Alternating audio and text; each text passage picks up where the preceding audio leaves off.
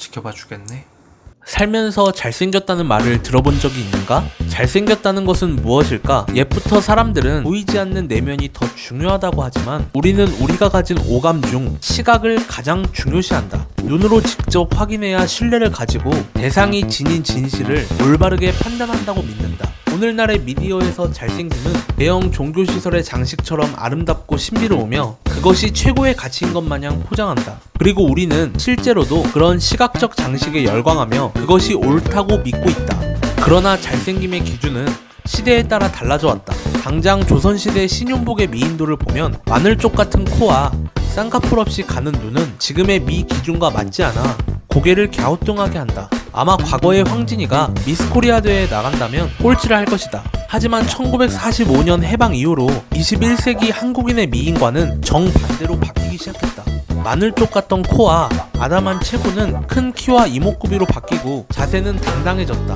이렇게 바뀌게 된 미적 기준의 내면에는 선천적 생존 본능에 이어 태어나서 겪는 경험으로 인한 힘의 논리가 전제되는데, 기본적으로 동물은 좌우대칭인 얼굴이나 육체를 더 매력적으로 지각하게 되고 이는 건강함을 상징하기 때문에 인간도 예외가 아니다. 2004년 영국에서는 한 실험이 진행되었는데 생후 일주일이 안 된 신생아들을 대상으로 대칭적인 얼굴과 그렇지 않은 얼굴을 바라보게 하고 관찰한 결과 두 얼굴 중 대칭적인 얼굴을 쳐다보는 데에 더 많은 시간을 보낸다는 것을 발견하였다. 인간도 선천적으로 대칭을 선호한다는 것이다. 그렇게 우리는 좌우 대칭인 얼굴을 보고 무의식적으로 건강하고 좋은 유전자를 가졌다는 것을 판단하여 호감을 갖고 선호하게 된다. 하지만 단순히 대칭된 얼굴만으론 이질감을 느끼지 않을 뿐 잘생겼다고 생각하지 않는다. 우리가 잘생겼다고 느끼는 사람의 기준은 무엇일까? 현재 우리 사회의 아름다움이나 잘생김의 기준은 서양 미적 기준을 따르고 있다. 그 이유는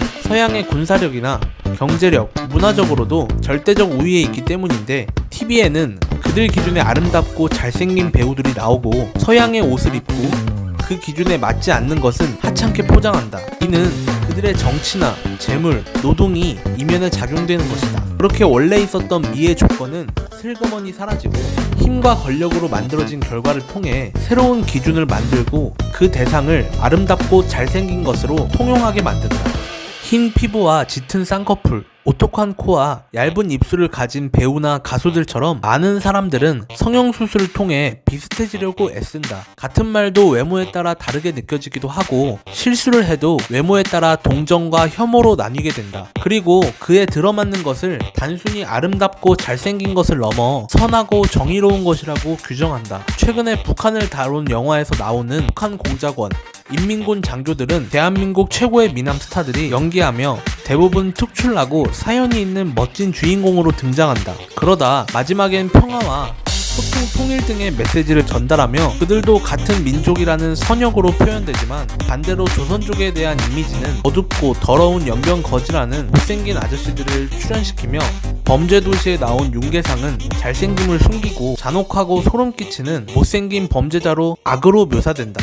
잘생김의 성과 정의, 못생김의 악과 범죄로 우리들의 외모 지상주의를 자극시킨다. 기왕이면 잘생긴 사람과 함께하고 싶고, 통일이 된다면 38선 넘어 사는 사람들이 잘생겼으면 좋겠지만, 기왕 싫어할 거면 악으로서 미워할 증오와 원망을 받을 존재는 못생겼으면 좋겠다는 것이다. 이런 단순한 이분법은 인종과 성별, 종교를 잇는 또 하나의 차별을 만들어내면서 외모와 상관없는 상황에서도 외형적인 부분을 우선시하는 문제를 발생시킨다.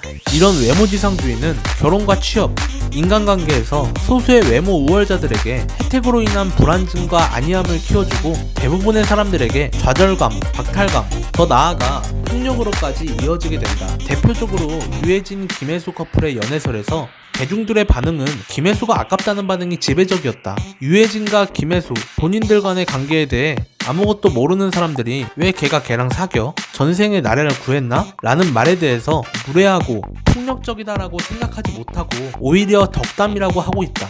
사람의 가치와 선과 악을 판단하는 기준을 외모로 잡는 것이 자연스러운 사회가 됐다. 사람들은 더 이상 포장지에 가려 보이지 않는 내용물엔 관심이 없어 보인다.